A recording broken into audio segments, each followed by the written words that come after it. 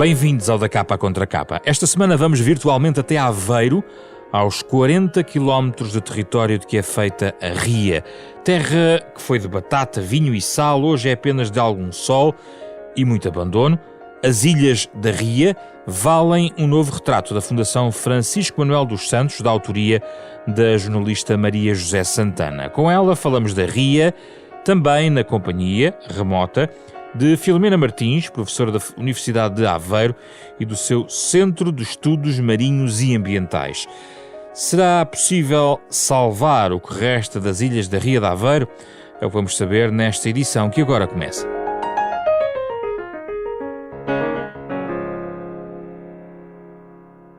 Bem-vindas, Filomena Martins, Maria José Santana, obrigado pela vossa disponibilidade para falarmos aqui da Ria. Ora, temos Monte Farinha, Testada, Ovos, Amoroso, Gaga, Cavacos, Gaivota, Pedra, Parrachil, Tranqueira, de Sama e do Poço. Maria José Santana, são estas ilhas todas, quer dizer, há ilhas maiores que outras, não é? Sim, é verdade. Há algumas maiores, mais importantes, com mais vida, tiveram maior uso também por parte daqueles que as habitaram permanentemente ou só sazonalmente, mas sim, algumas mais importantes que outras, e quem já leu o livro descobre quais são de facto as mais importantes. Para quem não conhece a zona, eventualmente pode até conhecer Aveiro, nós não estamos a falar dos canais que as pessoas associam nos postais de Aveiro, pois não?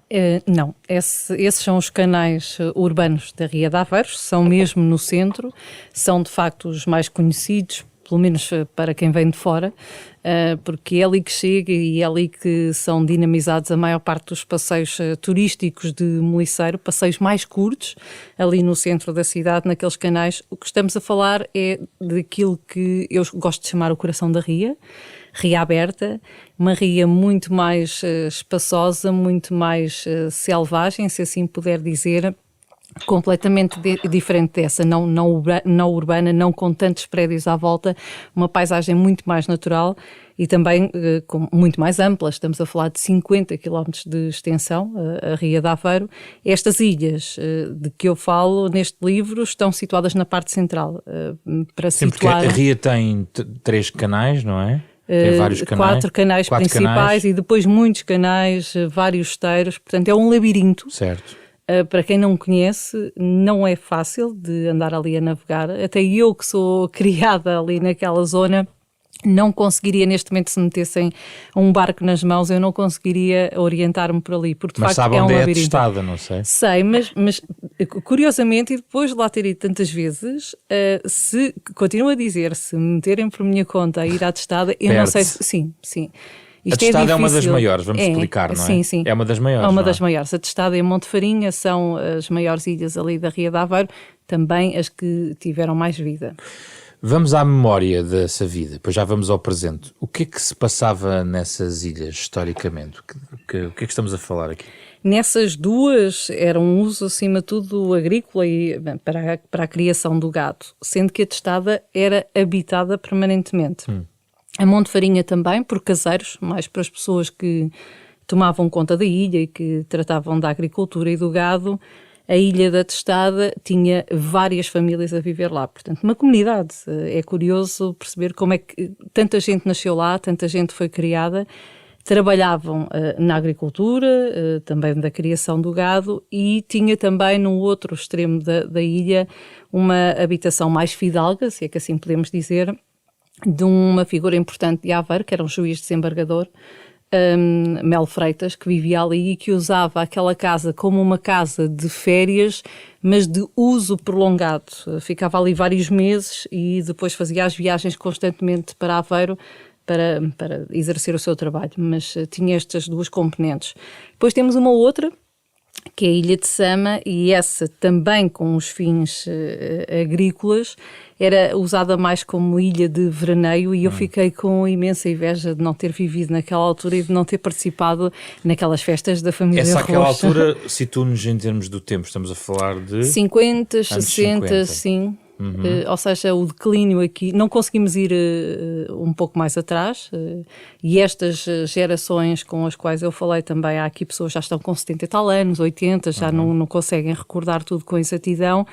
Teria sido interessante se tivéssemos conseguido falar com os pais destas pessoas, claro, e ir um bocadinho mais atrás. Mas há os tais 1000 anos de história para trás. Sim. E a ocupação, da Ria, das ocupação, ilhas há registro a partir de 1407, se não estou a erro, diz aí no livro coisa. E as ocupações sempre foram essas? Não sabemos, não conseguimos. Não há, aliás, partir à descoberta da história e da vivência destas ilhas foi uma grande aventura. Quase tão grande como aquela que é navegar nas águas da Ria aberta.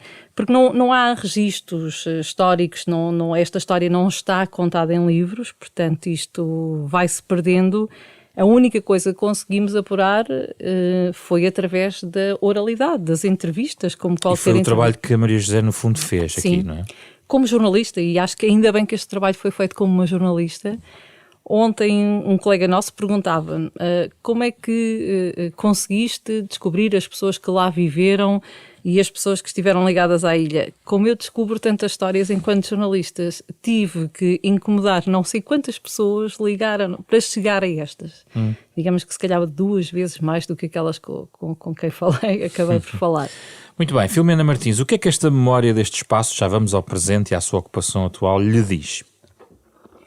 Bom, eu o que retiro desta, até do registro da Maria José, é um espaço que está em constante evolução. E é tão dinâmico, e é labiríntico, mas é dinâmico, e por isso mesmo esse dinamismo e essa constante evolução faz simultaneamente ser um espaço muito interessante, mas também ser um espaço que tem problemas muito específicos, porque a dinâmica é uma dinâmica natural.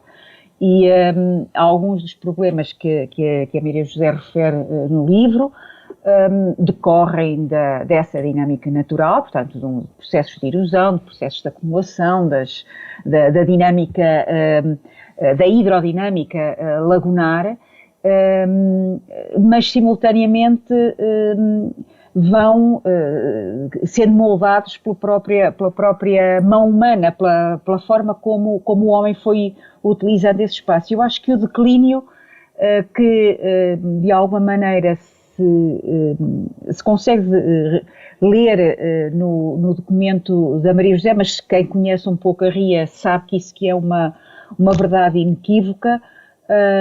Esse declínio decorre muito de uma ausência de uma relação que já foi muito ausência intensa. de gente. Exatamente.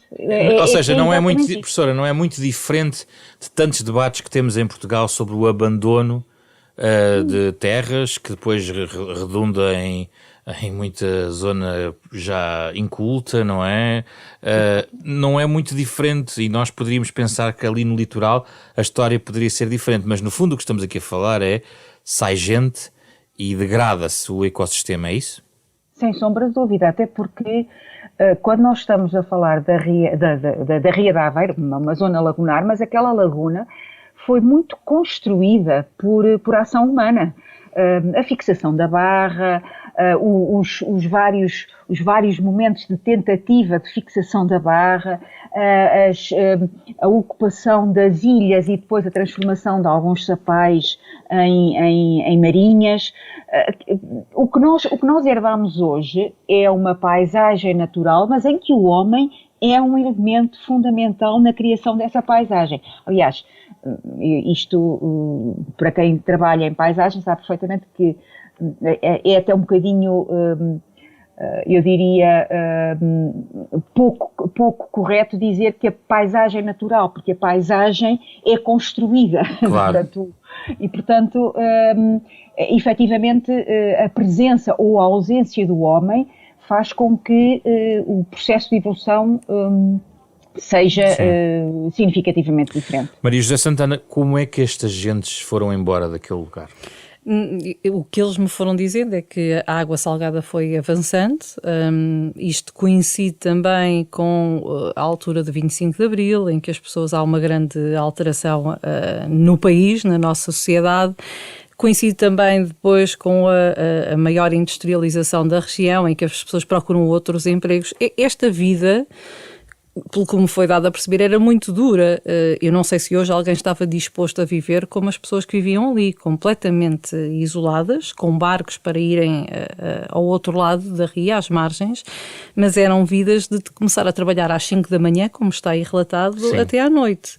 Portanto, eu não me acredito que hoje em dia as pessoas, sabendo que há outras condições de vida num local ali mesmo ao lado, na Mortosa, em Cacia, com a maior industrialização da região, passámos a ter ali grandes empresas que ofereciam condições de trabalho e salários que era muito importante, porque aquela é uma zona também de forte imigração. Sim. E, portanto, a questão da fixação das pessoas por via do emprego tornou-se decisiva, certamente, algures nesse processo. Sim. E foi também que terá coincidido com a altura em que grandes empresas abriram ali na região, em Aveiro, e que foi necessária mão de obra, onde as pessoas conseguiam obter um salário que não obtinham nas ilhas. Apesar de ser muito atrativa a vida ali, eles dizem, não é, que era aquele ar puro, toda aquela liberdade que sentiam estar ali, mas depois faltava o essencial, que era a garantia, a estabilidade que um salário consegue oferecer e que eles não conseguiam obter. Eles iam vender o produto que cultivavam, não é? Iam vender o feijão, iam vender o milho, tudo ao outro lado, à Mortosa, a Aveiro, mas isso não era garantia de um salário. Não é? Filomena Martins, ajude-me aqui também a levar os nossos ouvintes ao terreno nesta perspectiva. Conhecendo, quem não conhece aquela zona pode conhecer eventualmente outras zonas lagunares no território continental, onde a questão da atividade humana é vista como um fator de degradação no pior sentido. Sendo um ecossistema frágil, aqui o que dá a entender é que a fragilidade decorreu da falta de uso e falta de utilização, mas é comparável com outra experiência lagunar noutro ponto do país, pelo que conhece? Sim, nós costumamos dizer que dois sistemas lagunares similares são a Ria de Aveiro e a Ria Formosa, mas depois foi processos evolutivos muito diferentes, não é? A Ria Formosa teve um processo eu diria, de evolução muito rápida por via de uma atividade turística, numa época em que o principal produto turístico era e ainda é, mas na altura era quase que único, o produto sol e mar, que ocorria também num processo de intensificação da atividade turística. E na Ria de Aveiro nós não tivemos isso, não é? Portanto, nesse aspecto, se por um lado, do ponto de vista do desenvolvimento económico, é um aspecto negativo, do ponto de vista da conservação dos habitats e dos ecossistemas, acaba por ser melhor. De qualquer das formas, estes sistemas, como foram sempre usados e foram construídos à volta de uma necessidade que as pessoas tinham daqueles próprios sistemas, que eles funcionassem bem, acabavam por criar algum equilíbrio, se bem que tínhamos, não estou a dizer que as pessoas só agora é que usam ou abusam dos ecossistemas. Não, nós já tivemos para trás situações bem visíveis de mau uso desse ecossistema. E, por exemplo, um exemplo da Ria de Aveiro é a questão do moliço, não é? Portanto, que existia em grande quantidade, que era muito importante para a atividade agrícola e que hoje continua a existir, mas nada comparado com o que existia atrás. Ou seja, isto para dizer que eu acho que os contextos históricos, as localizações, eventualmente a Ria Formosa, se estivesse territorialmente na zona centro, no momento do boom turístico, teria sido mais preservada do que aquilo que é. Portanto, tudo tem a ver com as atividades que tomaram uma predominância significativa em cada um dos contextos e à altura em que elas foram desenvolvidas, porque hoje em dia, mesmo quando falamos em turismo, já não estamos a falar exatamente da mesma forma Claro. de turismo. Já vamos à questão do turismo, Maria José Santana. Eu gostava ainda de partilhar connosco, para já, a ideia da fragilidade da memória daqueles tempos. Já aflorou um pouco isso, há cada vez menos testemunhos, eu penso que tentou fazer essa memória. É um pouco estranho que não tenham subsistido grandes memórias, não é? É. Para mim foi, aliás... Uma surpresa? Sim, porque eu quando recebi o convite da Fundação Francisco Manuel dos Santos, isto surge na sequência de uma reportagem que eu escrevi para o P2 sobre uma viagem à Ilha da Testada. Quando eu recebi o convite eu achei, sim, vamos embora, certamente que há muita coisa escrita sobre as Ilhas da Ria, mesmo que não fosse muito alguma coisa, e de facto não encontrei. Há registros dos nomes das ilhas enquanto parte integrante da Ria, mas não há muito mais que isso. As ilhas não são todas privadas, pois não? Não, há ali parte do Estado, há ali parte que é privada, mas mesmo assim eu tentei descobrir o que é privado e o que é Estado, e há situações mistas, e não consegui porque esse trabalho eu acho que ainda está a ser feito pela resposta que me foi dada, portanto é um levantamento ainda grande que tem que ser feito, e depois isto também já são muitas gerações de herdeiros. E o abandono é transversal? Ao Estado sim, ou a não sim. ser Estado? Sim.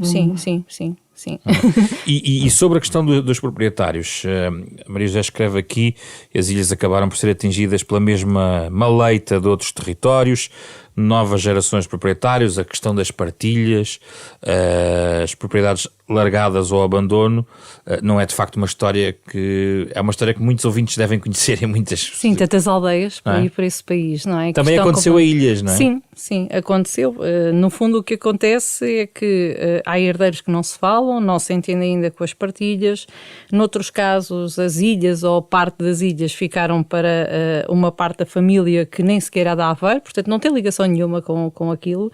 Eu entendo que uma pessoa de Lisboa ou de outro ponto do país que não conhece a Ria, nem sequer sabe o que é que está em causa quando estamos a falar das Ilhas da Ria. Portanto, e as coisas vão estando abandonadas, cada vez mais abandonadas, cada vez mais degradadas. Eu notei uma diferença entre a primeira vez que fui à Testada e a segunda muito grande. Estamos a falar de um ano de intervalo. Um ano? Sim, estamos a falar de um ano. A água salgada está a avançar cada vez mais. Aí a professora Filomena saberá muito melhor que eu o que é que está em causa e como é que podemos explicar isto. Mas sim, as coisas estão a degradar-se olhos de vista cada vez mais. Professora Filomena, o que é que está a acontecer na Testada? Está a acontecer o que está a acontecer no resto da Ria, ou seja, que o volume de água salgada que tem entrado na parte lagunar é significativamente superior, mas mais do que em volume, a velocidade com que entra é muito significativa e, portanto, tem aumentado por muitas razões. Normalmente costuma-se apontar o dedo ao Porto de Aveiro. Sim, é verdade que para manter todos os canais de navegação houve um conjunto de obras de aprofundamento dos canais que necessariamente se refletiram na hidrodinâmica da Ria, mas também o próprio, em simultâneo com o próprio abandono, ou seja, com a falta de manutenção de muretes, de muros, de diques que existiam e que iam ajudando um pouco a manter esse espaço mais imerso, quer dizer, é como um exercício de dominó. Uma peça cai e depois as outras peças vão todas caindo um bocadinho à sua volta e com o efeito do fenómeno da primeira peça e às vezes muito anterior no tempo. E, portanto, quer dizer, isto também não ajuda nada ao facto de o nível do mar estar a aumentar. Não é muito... Nós falamos sempre das alterações climáticas como a grande... Mas há cenários, não há, professora? Sim. E o que é que vai acontecer? Então, diga lá, conte-me lá o cenário mais credível que tem. Os cenários são... gravosos, mas mais, repare, é que eu acho que os cenários agravam já uma situação que ocorre independentemente das alterações climáticas, que é a falta de sedimentos portanto, na frente costeira, não é? E, portanto, essa falta de sedimentos faz com que o próprio cordão de areia que define o limite da ria acabe por estar muito mais fragilizado e, portanto, isto permite o processamento de entradas de água, mas, sobretudo, com velocidades aos quais até a própria maneira como os muretes eram e são feitos não conseguem ter tanta resistência. Portanto, há aqui também a necessidade de um exercício de inovação em termos tecnológicos, vamos assim dizer, de construção, que alguns colegas meus têm até inclusivamente feito algumas tentativas, portanto, algumas experiências, mas claro, isso tem custos que muitas vezes não são compatíveis, como a Maria José dizia, com uma situação de precariedade, de indefinição de rendimento. Sim. Já estamos no presente e estamos agora a aproximar-nos do futuro, que é interessante. Puxando um bocadinho o filme atrás, queria introduzir a questão do turismo, Maria José. O turismo não pegou nas ilhas porquê?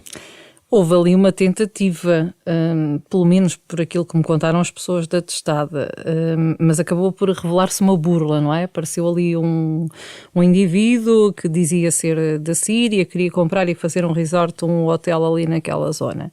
Não sei o fundo de verdade disto e se o objetivo se pudesse fazer, mas estamos a falar já há alguns anos, mas isso é uma história que eles contam e de facto houve burla, porque houve pessoas que adiantaram dinheiro para alguns investimentos e depois ficaram sem ele. Tirando isso... houve uma ilha à venda na internet. Houve uma ilha à venda, Monte Farinha 8 milhões de euros. Sim, há pouco tempo, há poucos anos, apareceu à venda por 8 milhões de euros. Mas ninguém comprou. Ninguém comprou por esse valor.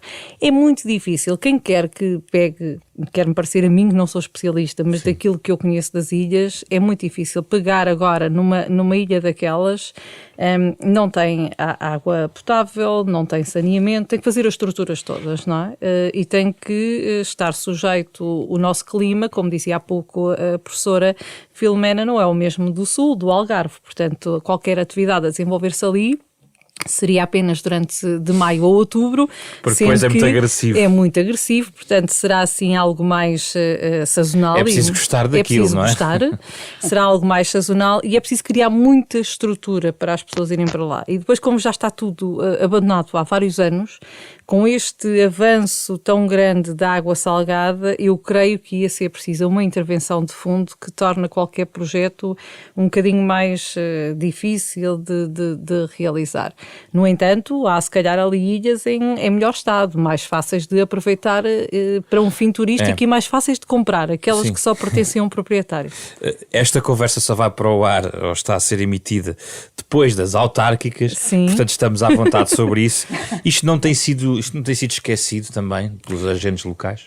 A mim, a professora Filomena já poderá dar a sua opinião. A minha, até enquanto jornalista que está há muitos anos a trabalhar no terreno e a ouvir os autarcas, o que me parece é que eles têm todos autarcas da região, e estou a falar de autarcas dos mais variados partidos, porque isto é algo transversal, digamos, pelo menos aos últimos 20 anos, têm todos razão numa questão que é quem manda na Ria de Aveiro não está em Aveiro. Portanto, o problema é esse. A tutela, não é? Sim. A Agência Portuguesa do Ambiente, sediada não muito longe do sítio onde estamos aqui a gravar, aqui em Alfragide.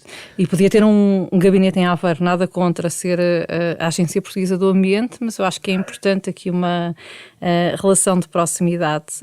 Ou então criar um departamento, chegou a ser criado um departamento da Ria de Aveiro, ou então criar algo ali mais local, que pudesse estar mais atento à Rio e conhecer a realidade. Eu duvido que alguém, estando num gabinete a tantos quilómetros de distância, conheça aquilo que estamos a falar. Mas, professora, não seria o hotelaria e o turismo a pressão insustentável sobre um ecossistema daqueles? Sim, eu quando penso que o turismo poderá ser um cenário de ajuda para uma eventual recuperação ou pelo menos uma diminuição do processo de degradação que as ilhas e outros sistemas na laguna, na Ria de Aveiro têm, não estou a pensar de turismo de resort, estou a pensar de turismo como produto de natureza. A Ria de Aveiro é é Reserva Ecológica Nacional, está sob a proteção da Rede Natura 2000, enquanto SIC, enquanto sítio de interesse comunitário, portanto, pelas diretivas Aves e pelas diretivas Habitats, e tem efetivamente um espólio, vamos assim dizer, pegando nesta terminologia que é um pouquinho a terminologia do património. Sim. Tem um espólio natural interessantíssimo, riquíssimo, e que pode ser, em outros locais semelhantes, tem sido aproveitado para desenvolver um produto turístico que é um produto turístico de menor intensidade e associado às próprias características naturais do local. Aquilo que a Maria José disse é completamente verdade, quer dizer, qualquer tentativa de recuperação agora de uma atividade, e efetivamente o turismo poderia ser uma atividade interessante ali, mas está tudo por fazer. E para além disso, para além do que sejam as infraestruturas que tenham que ser feitas, é a recuperação do próprio território, não é? Que tem que ser feita. Mas a recuperação de salinas, por exemplo, já é uma atividade económica diferente da hotelaria, ou seja, seria uma pequena atividade económica, não é? Sim, mas e isso tem-se verificado. Mas lá está, mas num contexto mais de salinas, assim como há os canais urbanos, eu diria que onde se tem verificado isso são as salinas urbanas, são as salinas que estão muito próximo da cidade de Aveiro e que têm, portanto, aproveitaram este fluxo turístico para desenvolver produtos ligados ao sal. E é assim que as poucas que neste momento estão a produzir sal, eu este ano não tenho ainda a noção exata de quantas é que estavam a produzir, mas normalmente andam à volta, varia entre 8, 9, há uns anos mais, menos, mas nos últimos anos não tem passado de 9 salinas. E efetivamente tem sido, como a própria Maria José refere no livro, portanto, a oferta de produtos inovadores associados ao sal, os spas salínicos, a praia numa marinha de sal, portanto, tem aqui criado alguma possibilidade de tirar algum rendimento do produto. Se bem que o produto, neste momento, se não me falha a memória, todos os produtores de sal destas marinhas têm o seu sal certificado, ou seja, o próprio produto tem um valor acrescido por essa certificação, por ser um sal de produção tradicional e, portanto, tem um valor no mercado superior. E isso já de alguma forma cria alguma apetência para manter essa área como uma área de produção. Agora, é preciso ver que para as ilhas, como a Maria José também muito bem diz, para o coração da ria, é preciso ter disponibilidade de ter um barco, as marés também, e como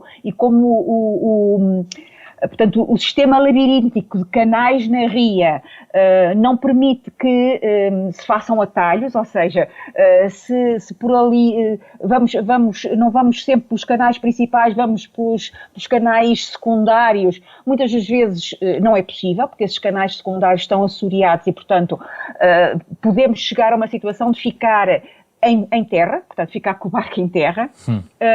Portanto, isso pressupõe toda uma organização mais complexa do que aquilo que está a acontecer nas marinhas. Embora eu veja com muita satisfação que, de alguma maneira, a atividade turística tenha servido de mote para se recuperar algumas marinhas.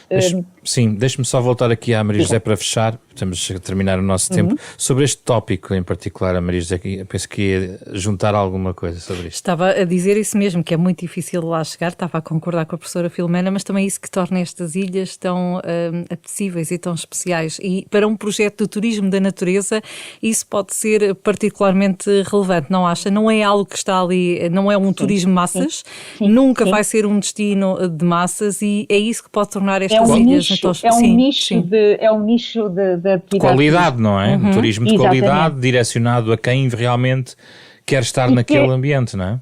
E que o perfil do turista que faz, portanto, esse tipo de atividade, é um perfil de turista que dá valor a esse produto e, portanto, está disposto a pagar esse produto.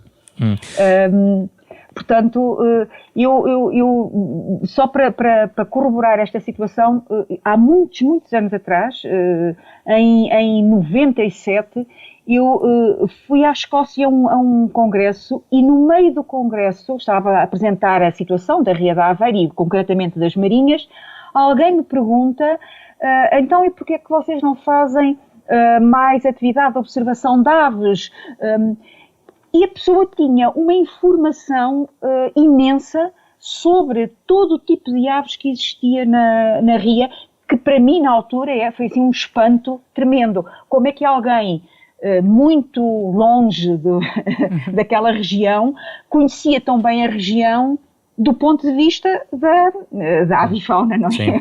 Maria José, no fundo, o que a Maria José não quer, na conclusão, é que o turismo faça às ilhas aquilo que foi feito aos barcos moliceiros. Acabe-me lá, porque voltamos ao postal de Aveiro e era importante fecharmos aqui. Essa é uma opinião muito pessoal, sim. Portanto, e que eu assumo, quando falo que não quero que faça aos moliceiros que operam na parte do centro da cidade, nos canais urbanos, que eu chamo que é um bocadinho um turismo de consumo rápido, não é? De fast food.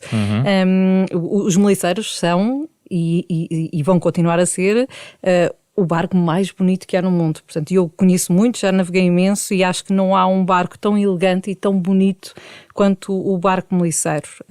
O que estamos aqui a falar é que para meter o barco a operar ao serviço do turismo ali no centro da cidade, adulterámos um bocadinho o barco. Cortámos, já não têm mastro, não navegam à vela, porque nem sequer era possível ali naqueles canais urbanos e estreitos, e também cortaram as proas aos barcos para andarem ali a operar, para passar debaixo das pontes.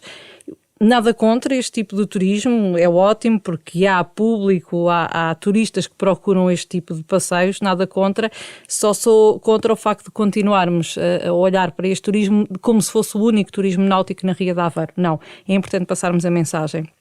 Há toda uma laguna para descobrir, barcos moliceiros continuam a dedicar-se aos passeios em ria aberta, no coração da ria, a navegar à vela, como era feito antigamente, com a vara também, em alguns casos, sempre que é preciso. O importante é que se preserve a identidade e tal como as coisas são. Portanto, relativamente às ilhas, sim, que se preserve, vai ter que ser com outros fins. Não vamos conseguir ter lá pessoas a desenvolver a agricultura como tivemos no passado, a trabalhar das 5 da manhã até o sol se pôr, já não volta. Essas pessoas não iam às escolas, estavam o dia todo ali a trabalhar, viviam isoladas, muitos nasciam nas bateiras a caminho que não conseguiam chegar à Mortosa ou à Aveiro a tempo. Não vamos ter esses tempos, é verdade, nem temos que os ter, mas ter aqui algo que preserve a identidade da ria e preserve o ecossistema sensível que a Ria de Aveiro é. Obrigado, Maria José Santana. Obrigado também à professora Filomena Martins. Falámos das Ilhas da Ria, mais um livro da Fundação Francisco Manuel dos Santos, parceira da Renascença, nesta capa à contracapa. A versão podcast nas plataformas digitais habituais, também nos sites da Renascença e da Fundação. Um programa com o genérico original de Mário Lajinha. Fizeram esta edição, esta semana, Carlos Vermelho, André Peralta, Ana Marta Domingos e José Pedro Frazão. Regressamos na próxima semana para debater outro tema.